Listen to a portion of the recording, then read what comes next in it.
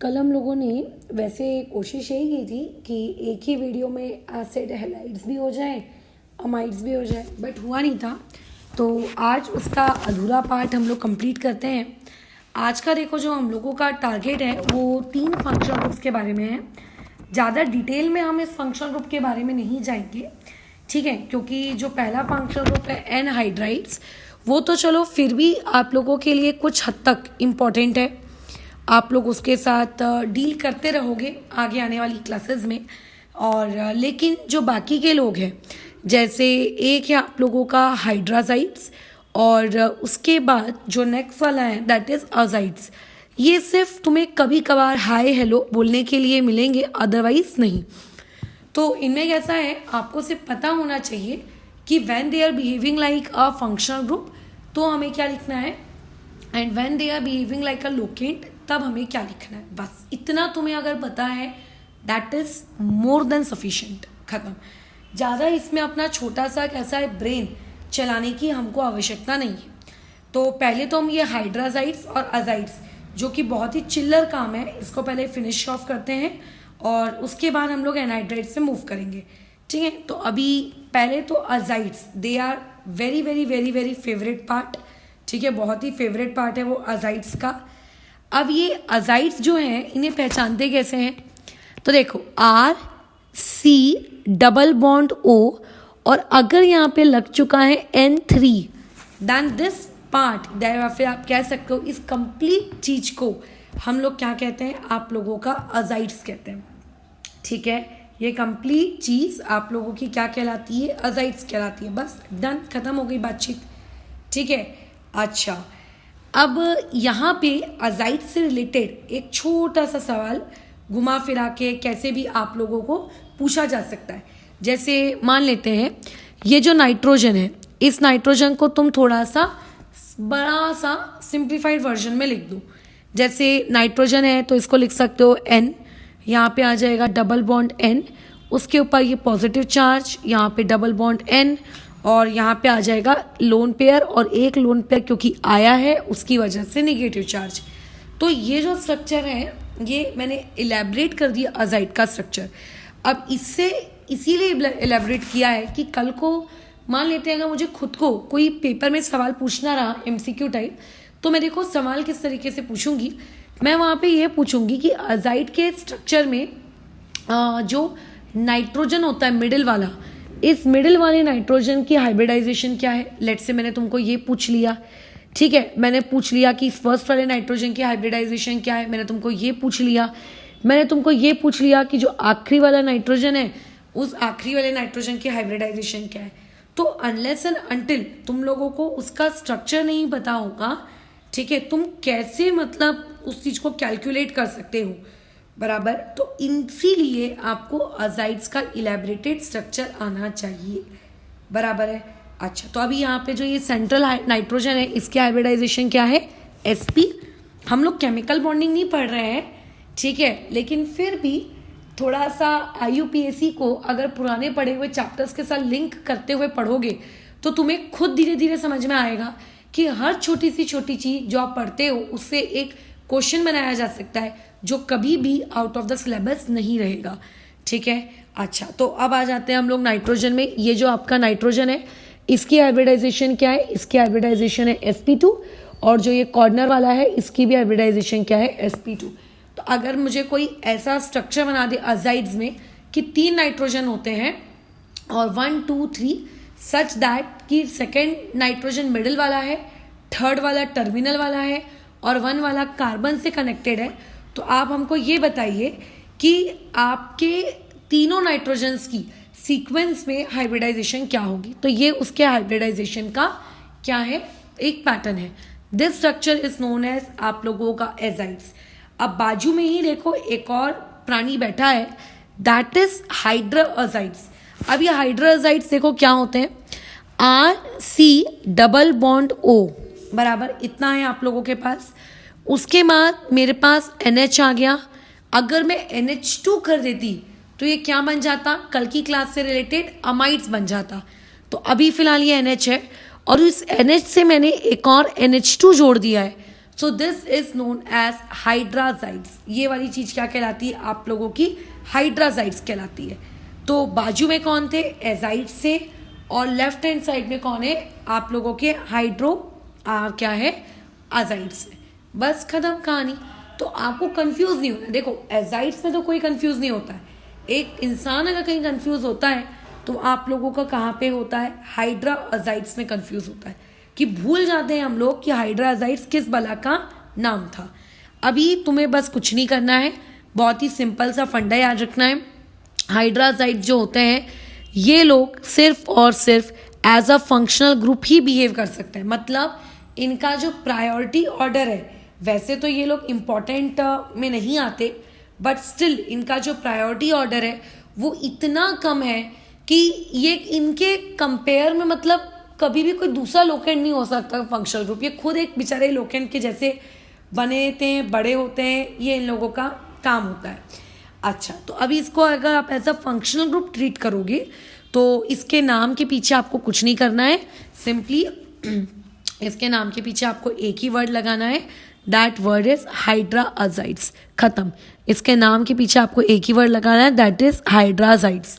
जैसे अगर तुम्हारे पास कोई अल्केन होता तो उस अल्केन के पीछे का जो ई है उसको आप ड्रॉप कर दोगे, यानी कि आपने उस ई को हटा दिया।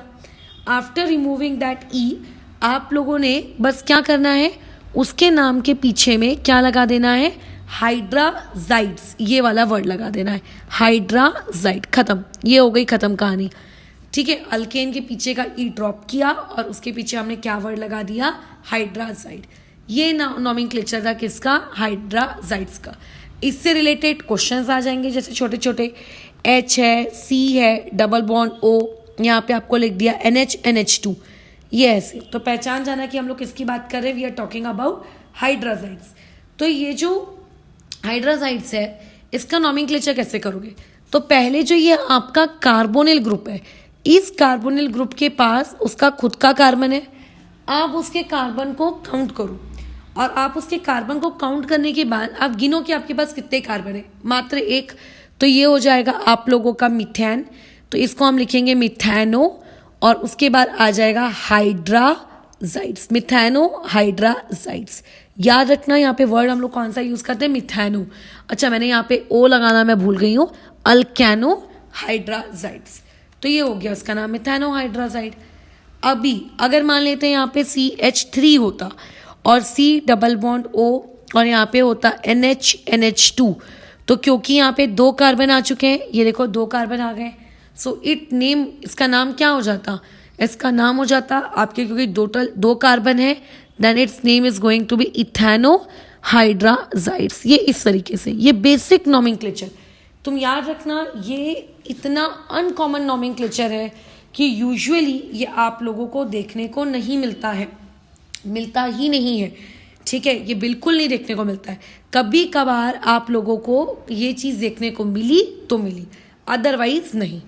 सिमिलरली अगर मेरे को हाइड्राजाइड्स के अलावा मुझे बातचीत करनी है एजाइड्स के बारे में, तो अब एजाइड्स के बारे में देखो क्या बातचीत की जा सकती है, उस पर कमेंट करते हैं। For example you azides. अब अजाइड्स को अगर as a functional group behave करना है, अजाइड्स भी बेचारे एज अ लोकेंड बिहेव नहीं करते हैं, ये लोग भी एज अ फंक्शनल ग्रुप ही बिहेव करते हैं। इन लोगों के पास ऑप्शन नहीं होता कि ये लोग एज अ लोकेंड बिहेव कभी कर पाएँ। तो अगर ये लोग ऐसा फंक्शनल ग्रुप बिहेव करेंगे, आपको कुछ नहीं करना है, आपको अल्केनो लिखना है, और अल्केनो वर्ड के पीछे आपको कौन सा वर्ड लगा देना है? एजाइड। खत्म। जैसे अगर आपके पास कोई अल्केन होता तो आप अल्केन के पीछे का ई ड्रॉप कर देते, और ई ड्रॉप करने के बाद वहाँ पे वर्ड लिखते अल्केनो, अल्केनो लिखा जाता, और अल्केनो लिखने के बाद उसके बिना गैप दिए उसके नाम के पीछे आपको लगाना होता एजाइड। खत्म। ये इतना मतलब सोचो छुटपुटा नॉमेनक्लेचर है कि इसको मतलब क्या सिखाएं। बस हाँ, इसको तुम्हें अपने लॉन्ग टर्म तक अपनी छोटी सी प्यारी सी मेमोरी के अंदर क्या करना है, इसको स्टोर करके रखना है। ठीक है, अदरवाइज कैसा होगी, दिक्कत होगी। जो बहुत ही कॉमन नॉमेनक्लेचर होते हैं ना, वो कौन कौन से होते हैं देखो, alcohols, aldehyde, ketones, esters, carboxylic acid, ethers, acid halides, amides. ठीक है, सल्फोनिक एसिड, बस। और ज़्यादा से ज़्यादा नाइट्रोजन कंटेनिंग कंपाउंड, जो हम लोग इसकी नेक्स्ट वाली क्लास में सीखेंगे। लेकिन जो ये होते हैं थायो ईस्टर्स, थायो अल्कोहल, राइट, एसिड, या फिर क्या कहते हैं उसको, थायोइक एसिड, ये इस टाइप के जो नॉमेनक्लेचर है बहुत ही रेयर है। तो ऐसे रेयर स्पीशीज़ को बस तुम्हें याद रखना है, इसके ऊपर ज़्यादा प्रैक्टिस करने की तुम्हें कोई आवश्यकता नहीं है। तो अभी बताओ इसका नॉमेनक्लेचर क्या हो जाएगा, मतलब क्वेश्चन दे देते हैं। लेट से H है, C है, डबल बॉन्ड O है और N3 लिखा है। तो N3 को देखते बराबर पहले तो आपको ये पहचानना है कि वो कौन है। तो दिख गया वो एजाइड है। अब ये जो कार्बोनिल कार्बन है, इस कार्बोनिल कार्बन में एक ही कार्बन है, तो इसको ले लेंगे हम एक कार्बन, यानी कि मीथेन। तो इसका नाम क्या बन जाएगा, मिथेनोएजाइड। ये हो गया मिथेनोएजाइड, डन।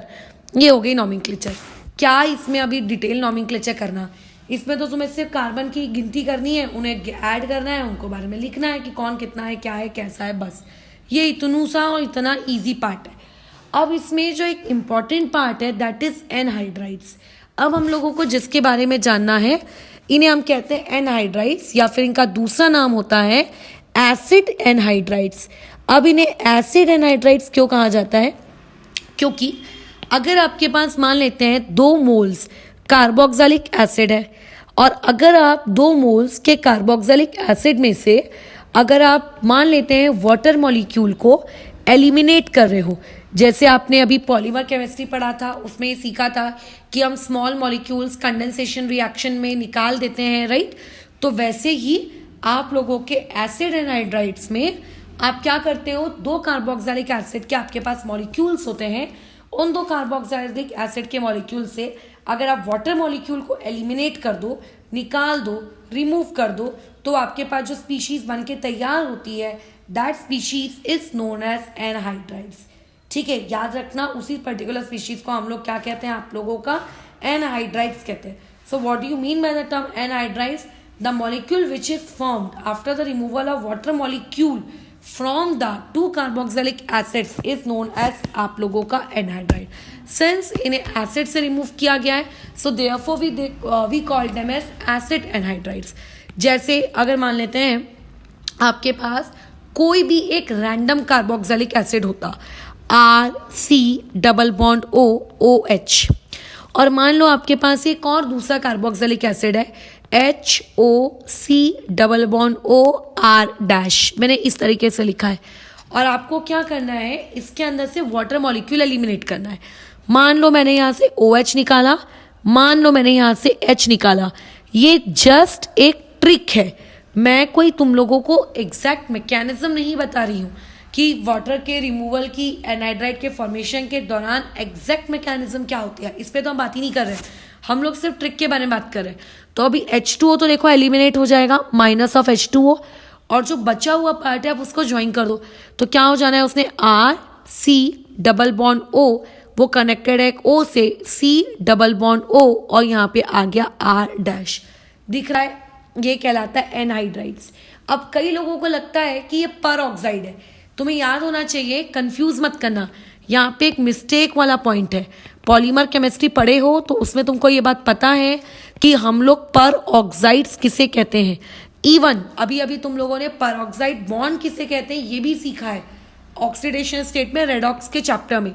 तो अगर ये चीज ऐसी होती, let us imagine RC double bond O, बीच में 2 ऑक्सीजन है, और फिर C डबल बॉन्ड O ये वाला है, तो इस ऑक्सीजन ऑक्सीजन की बॉन्ड की वजह से हम लोग इस पर्टिकुलर मॉलिक्यूल को क्या कहते हैं, पर ऑक्साइड कहते हैं। ठीक है, क्योंकि ऑक्सीजन ऑक्सीजन का पर ऑक्साइड लिंकेज वहाँ पे मौजूद है। अब क्योंकि यहाँ पे ऊपर वाले स्ट्रक्चर में कहीं पर भी आपको वो दिख नहीं रहा है 2 ऑक्सीजन का linkage, so that is termed as anhydride. इसको हम लोग हमारा क्या कहते हैं, एनहाइड्राइड्स कहते हैं। ये कौन है, हम लोगों के एनहाइड्राइड्स हैं। So we are done with the part of what, anhydrides. अब बात आती है कि आपको एनहाइड्राइड्स के नॉमेनक्लेचर को करना कैसे है, राइट। आप इसका नॉमेनक्लेचर करते कैसे हो, क्या एनहाइड्राइड्स आपके ऊपर जो मैंने 2 नॉमेनक्लेचर सिखाए थे, एजाइड्स और आप लोगों का हाइड्रोक्सीअसाइड्स, क्या था वो, हाइड्राजाइड्स, नॉट हाइड्रोक्सी, हाइड्राजाइड्स, क्या उनके जैसे ये लोग भी सिर्फ और सिर्फ एज अ फंक्शनल ग्रुप ही बिहेव करते हैं क्या? नहीं, इन लोगों की इज्जत होती है प्रायोरिटी ऑर्डर में, और इनकी इज्जत इतनी होती है कि ये एज ए फंक्शनल ग्रुप भी बिहेव कर सकते हैं और ये लोग एज ए लोकेंट भी बिहेव कर सकते हैं। और अगर ये लोग as a functional group behave किए तो इनका जो नाम होता है ना, उनके नाम के पीछे हमें जो वर्ड लगाना पड़ता है दैट इज, पहले नाम लिखते हैं, उसके बाद OIC ओइक लगाते हैं और पीछे लगा देते हैं हम लोग एनहाइड्राइड गैप देकर। लेकिन अगर ये किसी ऐसे ग्रुप के प्रेजेंस में मौजूद है जो इनसे ज़्यादा प्रायोरिटी का है तो बेचारों को मजबूरीवश क्या बन जाना पड़ता है, इनके लिए हमको एक वर्ड यूज़ करना पड़ता है आप लोगों का एल्कोक्सी। कौन सा वर्ड हम लोग यहाँ पे इनके लिए यूज़ करते हैं? एल्कोक्सी बराबर कौन सा वर्ड यूज़ करते हैं इनके लिए? एल्कोक्सी। अब जैसे इसमें आप देख लो, कुछ नॉमेनक्लेचर देख लो, पहले सिंपल वाले नॉमेनक्लेचर देख लेते हैं। फॉर एग्जाम्पल कुछ ऐसा लिखा हुआ है, लेटर से HC double bond OC double bond O और ये H।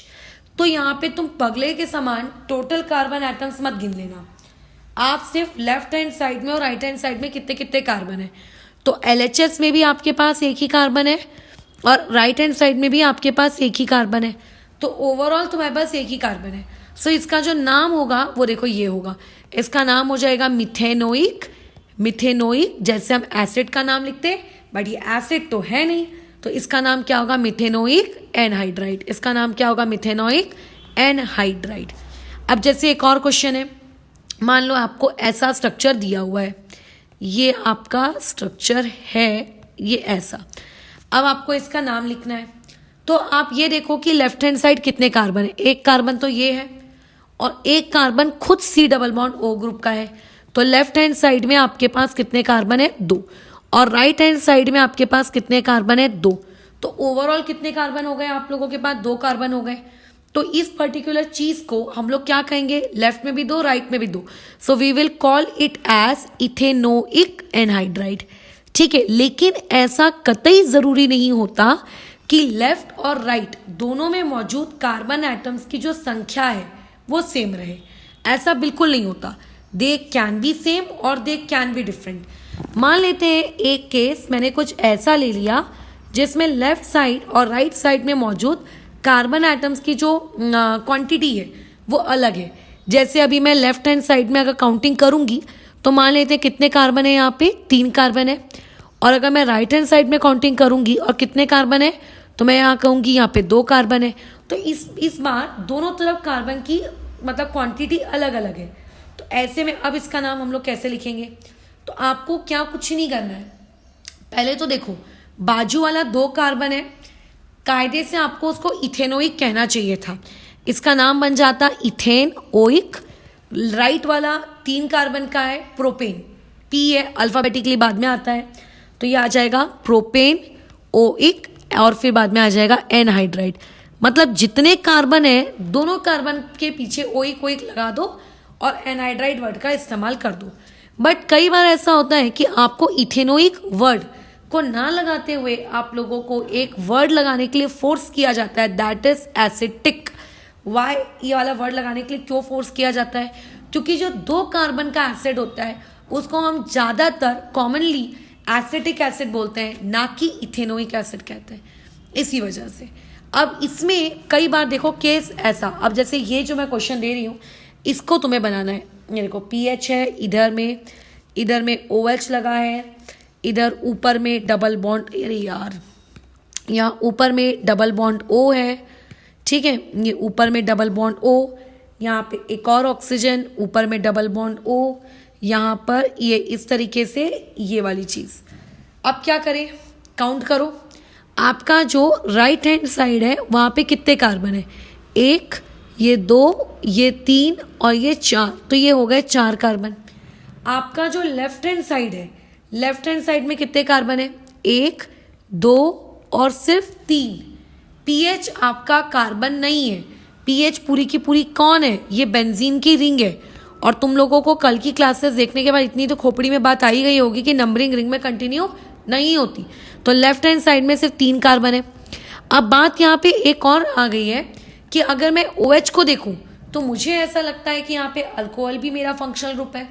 और अगर मैं पूरे के पूरे ऊपर की स्ट्रेट चेन को देखूं तो मुझे एक नज़र से देखने पे ये भी लग रहा है कि मेरे पास एसिडिक एनहाइड्राइड, मतलब एसिड एनहाइड्राइड भी मेरा एक फंक्शनल ग्रुप है। तो बेसिकली मैं फंक्शनल ग्रुप फिर मानूँ किसको, मतलब अल्कोहल को कि एनहाइड्राइड को। तो अल्कोहल वर्सेस एनहाइड्राइड में जो ज़्यादा प्रायोरिटी का होता है वो होता है आप लोगों का एनहाइड्राइड, ना कि अल्कोहल्स।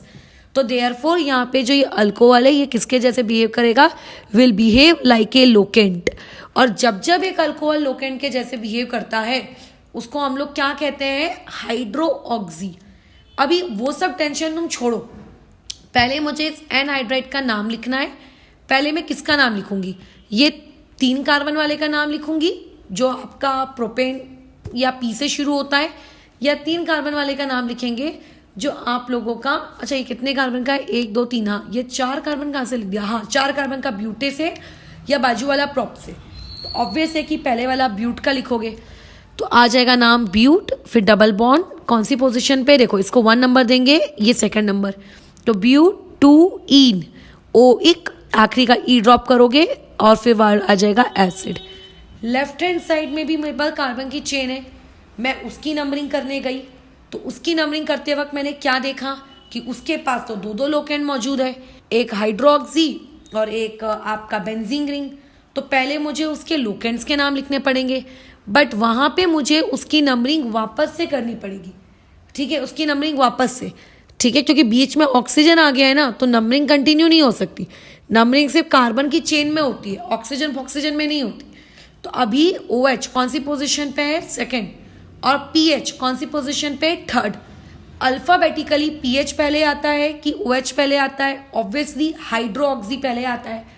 तो इसका जो नाम बनेगा वो क्या बनेगा, 2 हाइड्रोऑक्सी। उसके बाद क्या आएगा, 3 फिनाइल, ये आ गया, ठीक है, क्योंकि जब भी benzene ring as a locant behave करती है तो हम फिनाइल वर्ड यूज करते हैं। अब पेरेंट कितने कार्बन का है, पेरेंट तो बेचारा 3 ही कार्बन का है, तो इसके पीछे जो वर्ड लग जाएगा दैट विल बी प्रोपैन और ओइक, और यहाँ पे जो एक और वर्ड आ जाएगा दैट वुड बी एनहाइड्राइड। ये इस तरीके से, ये ऐसा नाम लिखना है। तो अगर आपका लेफ्ट पार्ट और राइट पार्ट अलग अलग है तो आपको उसकी नंबरिंग भी अलग अलग करनी है। नंबरिंग कंटिन्यूशन में नहीं चलेगी, इस बात का ध्यान रखना, ठीक है। क्यों नहीं चलती, क्योंकि बीच में ऑक्सीजन आता है और नंबरिंग सिर्फ और सिर्फ कार्बन्स की जाती है, ना कि उसके अंदर मौजूद ऑक्सीजन वगैरह की। सो देयरफॉर ये वाला जो नॉमेनक्लेचर है आप लोगों का इस तरीके का रहेगा। अब जैसे यहाँ पर है, यहाँ पे अगर मैं राइट हैंड साइड देखूँ कितने कार्बन है, तो राइट हैंड साइड से 2 कार्बन है, एक खुद ये और एक ये। अगर मैं लेफ्ट हैंड साइड देखूँ कितने कार्बन है, तो 1, ये 2 और ये 3, ये 3 है। नाम के रिस्पेक्ट में अगर मैं देखूँ तो 2 कार्बन यानी कि इथेन और 3 कार्बन यानी कि प्रोपेन। तो किसका नाम पहले आएगा, ऑब्वियस है कि आपका जो इथेन है उसका नाम पहले आएगा, तो इसका नाम क्या बन जाएगा आप लोगों का, इथेनोइक। बट अभी मैंने ऊपर कहा कि 2 कार्बन में आप ज़्यादा इथेनोइक वर्ड का इस्तेमाल नहीं करते, आप ज़्यादा इस्तेमाल किस वर्ड का करते हो, एसिटिक। सो इसका नाम हो जाएगा एसिटिक। फिर बाद में आती है बारी बाजू वाले की, ठीक है, जिसका नाम प्रोपेनोइक है, बट प्रोपेनोइक वाले के पास तो एक लोकेंट है, अगर लोकेंट है तो नंबरिंग करनी पड़ेगी।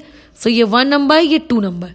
याद रखना जिन जिन लोगों के पास C double bond O group होता है उनकी नंबरिंग उसी पॉइंट से शुरू हो जाती है, ठीक है। तो यहाँ पे क्या हो जाएगा, एसिटिक, उसके बाद जाएगा 2 हाइड्रोक्सी, क्योंकि एनहाइड्राइड वर्सेस अल्कोहल में एनहाइड्राइड्स की प्रायोरिटी ज़्यादा है, तो 2 हाइड्रोक्सी, और उसके बाद फिर क्योंकि 3 कार्बन का है तो नाम हो जाएगा प्रोपैन ओइक, और पीछे वर्ड लग जाएगा उसके एनहाइड्राइड, ये ऐसे।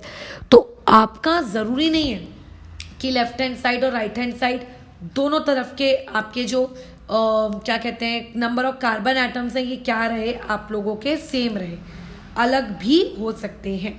और आपके एनहाइड्राइड्स की खास बात क्या है कि आपको यहाँ पर 2 C double bond O group दिखते हैं। देखो ये C डबल बॉन्ड O 2 बार दिखता है, और दोनों C डबल बॉन्ड O के बीच में आपको वहाँ पे क्या देखने को मिलता है, ऑक्सीजन।